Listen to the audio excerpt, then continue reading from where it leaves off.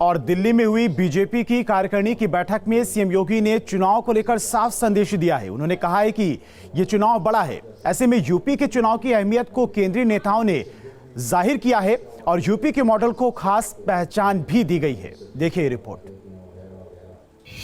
दिल्ली की बैठक में योगी का संदेश। बैठक से पहले सीएम योगी की तारीफ। सबसे बड़े राज्य को संभाल रहे योगी। पार्टी के वरिष्ठ नेता हैं, बहुत सबसे बड़ा देश में वो चला रहे हैं सरकार। वित्त मंत्री का ये बयान और बैठक में जाते योगी के अंदाज को देखकर समझ लीजिए, दिल्ली में सीएम का ये अंदाज यूपी की चुनावी अहमियत को बयां करने के लिए बहुत है। इस अहमियत को खुद सीएम योगी भी समझते हैं, लिहाजा उन्होंने इसे बैठक में जाहिर भी कर दिया। भाजपा ने यह पूरी तरीके से साफ कर दिया है कि 2022 का चुनाव भारतीय जनता पार्टी के लिए कितना जरूरी है। हाल ही में अमित शाह जब लखनऊ दौरे पर आए थे तो उन्होंने मन से इस बात का जिक्र किया कि अगर 2024 में नरेंद्र मोदी को एक बार फिर से प्रधानमंत्री बनाना है तो 2022 में योगी आदित्यनाथ को मुख्यमंत्री बनाना होगा। वहीं सूत्रों के हवाले से जो खबर आ रही है उसके मुताबिक आज बीजेपी राष्ट्रीय कार्यकारिणी की बैठक में भी मुख्यमंत्री ने इस बात का जिक्र किया कि 2022 का यूपी इलेक्शन बेहद महत्वपूर्ण है। इससे एक बात बिल्कुल साफ हो जाती है कि 2022 को जीतने के लिए बीजेपी कोई कसर नहीं छोड़ने वाली। सीएम योगी का संदेश साफ था तो संकेत भी साफ था कि 2022 की रणनीति 2024 की रणनीति के लिहाज से काफी अहमियत रखती है, जिसको खुद वित्त मंत्री के इस बयान से समझिए। और ये कोरोना के समय में भी उनके हर एक स्टेप आपको मालूम है, वो चाहे वो माइग्रेंट वर्कर हो, चाहे गांवों में रोजगार पैदा करने के लिए उनका कोशिश हो, और अभी भी उसके बाद जो एम्प्लॉयमेंट के लिए वो उनके तरफ से काम हो रही है, ये इन सभी विषयों को मन में रखते हुए पार्टी के एक कार्यकर्ता पार्लियामेंट में बहुत सालों से है। बैठक से पहले सीतारमण ही नहीं, खुद जेपी नड्डा समेत तमाम दिग्गजों ने यूपी के सीएम योगी आदित्यनाथ के कामकाज की तारीफ की। 5 राज्यों के विधानसभा चुनाव से पहले इस कार्यकारिणी की बैठक का मकसद सीधे तौर पर है कि बेहतर ढंग से इन चुनावी राज्यों में उतरा जाए, और उत्तर प्रदेश उत्तराखंड के परिप्रेक्ष्य में बड़ा महत्वपूर्ण माना जा रहा है, क्योंकि रिपीट करना होगा भारतीय जनता पार्टी को। उसको लेकर भी इस पूरी कार्यकारिणी में रणनीति बनाई जाएगी। संगठनात्मक स्तर पर पार्टी को और ज़्यादा मजबूत किया जाएगा। केंद्र सरकार की योजनाओं को जिन राज्यों में चुनाव वहाँ पर लेके जाया जाएगा, बताया जाएगा कि प्रधानमंत्री नरेंद्र मोदी के कार्यकाल में किस रूप में किस तरीके से काम हुआ है। वीडियो जर्नलिस्ट जैनेन्द्र कुमार के साथ मोहित राज दुबे, न्यूज स्टेट, दिल्ली। और बीजेपी की राष्ट्रीय कार्यकारिणी की 1 दिवसीय बैठक के समापन भाषण में प्रधानमंत्री ने विपक्षी दलों खासकर कांग्रेस पर निशाना साधा। यही नहीं, मोदी ने आने वाले समय में बीजेपी की कार्यनीति को बनाने के लिए एक बड़ा मंत्र सभी कार्यकर्ताओं को दिया है। रिपोर्ट देखिए। राजधानी दिल्ली में बीजेपी की राष्ट्रीय कार्यकारिणी की बैठक हुई। बैठक 5 राज्यों में होने वाले विधानसभा के चुनाव और पीएम मोदी के नेतृत्व में पिछले 7 साल में केंद्र सरकार की उपलब्धियों पर केंद्रित रही। बैठक का उद्घाटन प्रधानमंत्री नरेंद्र मोदी और पार्टी अध्यक्ष जेपी नड्डा ने किया। केंद्रीय मंत्री भूपेंद्र यादव ने बताया कि कैसे पीएम मोदी ने कार्यकर्ताओं को जीत का मंत्र दिया।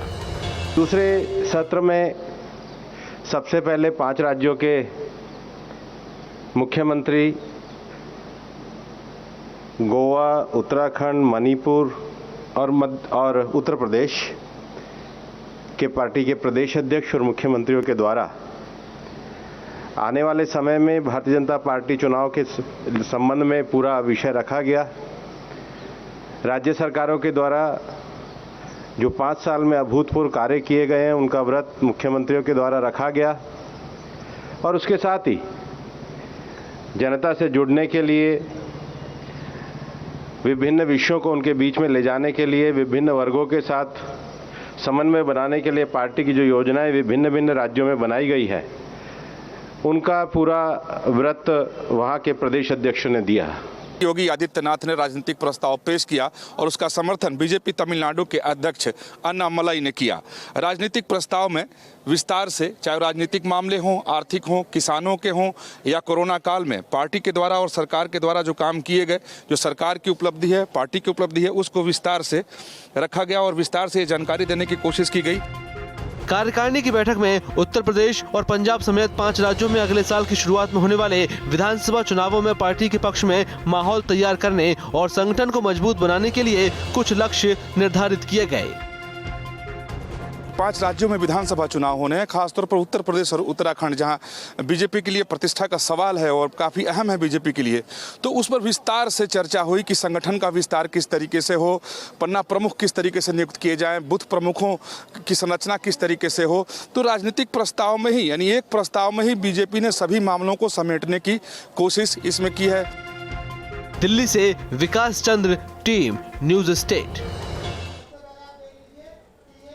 और दिल्ली में बीजेपी राष्ट्रीय कार्यकारिणी की बैठक में 5 राज्यों में होने वाले चुनाव के साथ साथ कई मसलों पर चर्चा हुई और इसी मसले पर केंद्रीय मंत्री बीएल वर्मा से खास बातचीत की हमारे संवाददाता निशांत राय ने।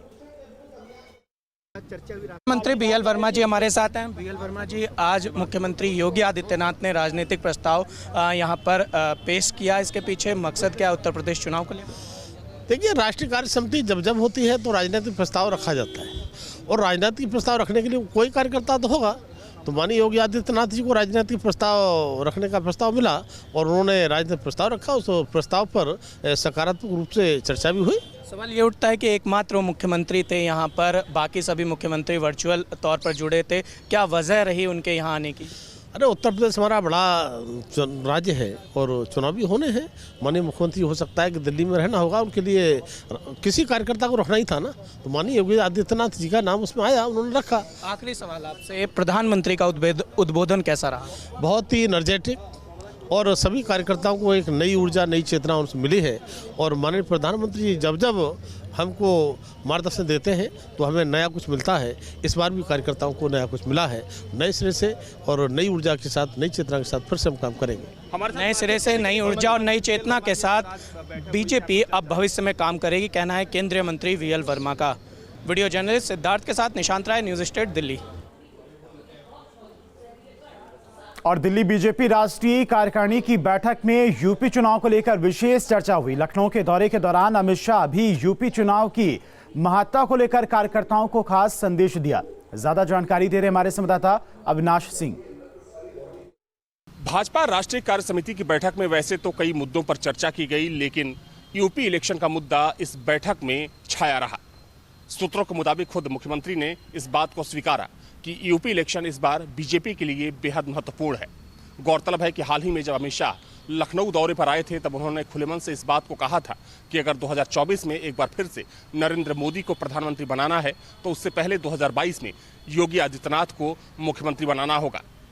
मतलब बिल्कुल साफ है कि आने वाले चुनाव में बीजेपी 2022 को फतह करने में कोई कसर नहीं छोड़ने वाली है।